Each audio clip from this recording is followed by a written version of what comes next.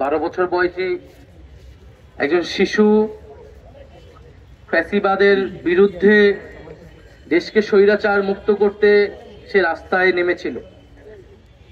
আমাদের সৌভাগ্য হয়নি শহীদ হওয়ার, কিন্তু আমরা যারা জীবিত আছি আমাদের দায়িত্ব এই যে শহীদ হয়েছে যারা হাজার হাজার শিশু, কিশোর এবং জনতা, তাদের যে আকাঙ্ক্ষা, সেই আকাঙ্ক্ষা অনুযায়ী বাংলাদেশকে নতুন করে গঠন করা। আমরা দেখেছি যে এই আন্দোলনে স্কুল কলেজ শিক্ষার্থীর পাশাপাশি মাদ্রাসা শিক্ষার্থীদের ব্যাপক অংশগ্রহণ এবং রক্তত্যাগ, আত্মত্যাগ রয়েছে। আমরা শুধু এই আন্দোলনেই না, এই সরকারের পুরা 15 বছরের ফ্যাসিবাদী শাসনকালে আমরা দেখেছি যে মাদ্রাসার শিক্ষার্থীদের প্রতি বিগত সরকারের একটা আলাদা ধরনের ক্ষোভ ছিল। মাদ্রাসা শিক্ষার্থীরা বিভিন্ন সময় সরকারের রোষানলে পড়েছে, বঞ্চনা এবং অবহেলার শিকার হয়েছে। আমরা 13 সালে শাপলা হত্যাকাণ্ডের সময়ও দেখেছি যে মাদ্রাসার শিক্ষার্থীদের উপর কিভাবে পুলিশি নিপীড়ন চলেছিল।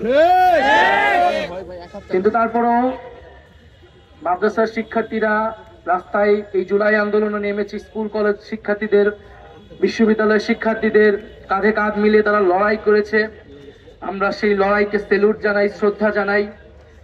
এবং সমাজে যে বিভাজন শেখ হাসিনা সবসময় করে রাখার চেষ্টা করেছিল, এই জুলাই আন্দোলনের মধ্যে দিয়ে সেই বিভাজন দূর হয়েছে।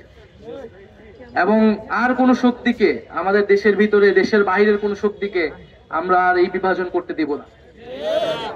বাংলাদেশের জন্য, বাংলাদেশের স্বাধীনতার সার্বভৌমত্বের জন্য যারা লড়াই করবে, আমরা সবাই কাঁধে কাঁধ মিলিয়ে একসাথে আছি, ঐক্যবদ্ধভাবে আছি। এবং এই জুলাই আন্দোলন যেভাবে গুলি চলেছে, এখনো আপনারা হাসপাতালে গেলে বা যারা আহত অবস্থায় আছেন, এত ব্রুটালি এবং এইভাবে যে পঙ্গুত্ব বরণ করেছে, এটা আর কোনো আন্দোলনে এরকম হয়েছে কিনা আমার জানা নেই। এরকম পঙ্গুত্ব বরণ করতে আমি দেখি নেই, যেভাবে মানুষের হাত পা চোখ নষ্ট হয়েছে। যুদ্ধ আহত হলেও এইভাবে আসলে পঙ্গুত্ব বরণ করতে হয় না। তো যারা বেঁচে আছে আহত অবস্থায়, তাদের বেঁচে থাকাটা অনেক বেশি কষ্টের, অনেক বেশি যন্ত্রণার।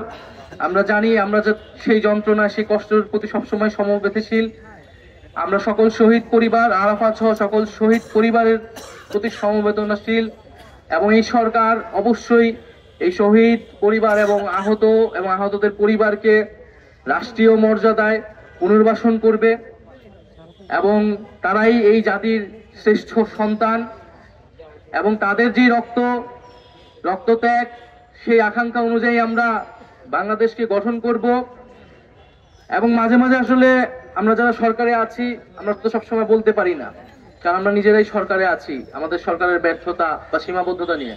কিন্তু কষ্ট হয় যখন আমরা দেখি যে আমরা এই শহীদ পরিবার, আমরা এই জুলাই গণহত্যা, আমরা আমাদের এই গণহত্যাকারীদের বিচার, এগুলা বাদ দিয়ে আরো নানান ইস্যু নিয়ে আমরা কথা বলি। আমরা দেখি যে দেশে বিভিন্ন জায়গায় বিভিন্ন ধরনের দাবি দেওয়া এবং আন্দোলন হচ্ছে। আমরা সকল দাবি দেওয়ার প্রতি, আন্দোলনের প্রতি শ্রদ্ধাশীল, কিন্তু আমরা বলবো যে আমাদেরকে এই সরকারের প্রায়োরিটি বুঝতে হবে, আমরা আসলে কি কাজের জন্য এখানে এসেছি, এবং সেই কাজটা করতেই সরকারকে সহায়তা করতে হবে। এবং আমরা বলবো যে এই জুলাই গণহত্যা সহ এর আগের যে গুম খুন, এই সকল গণহত্যা এবং গুম খুনের বিচারের মাধ্যমে কিন্তু সমাজে একটা ন্যায় বিচার নিশ্চিত পাবে। এবং এই শহীদ পরিবার এবং আহতদের সামনে জাতি হিসেবে আমরা আসলে দাঁড়াতে সক্ষম হব। তো এটা যাতে আমরা ভুলে না যাই, আমরা অবশ্যই বিচার আমাদের টপ প্রায়োরিটি। এই বাংলার মাটিতে এই গণহত্যাকারীদের বিচার নিশ্চিত করব, এটা ঘোষণা দিয়েই আমরা এক দফার ঘোষণা দিয়েছিলাম, এবং আমরা সেখান থেকে এক বিন্দু পরিমাণও পিছপা হইনি।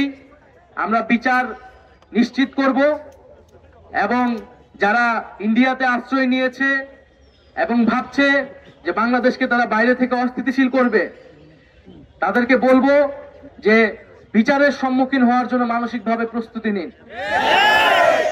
শেখ হাসিনা বাংলাদেশে আসবে কেবলমাত্র বিচারের মুখোমুখি হওয়ার জন্য, ফাঁসির কাস্টে ঝোলার জন্য।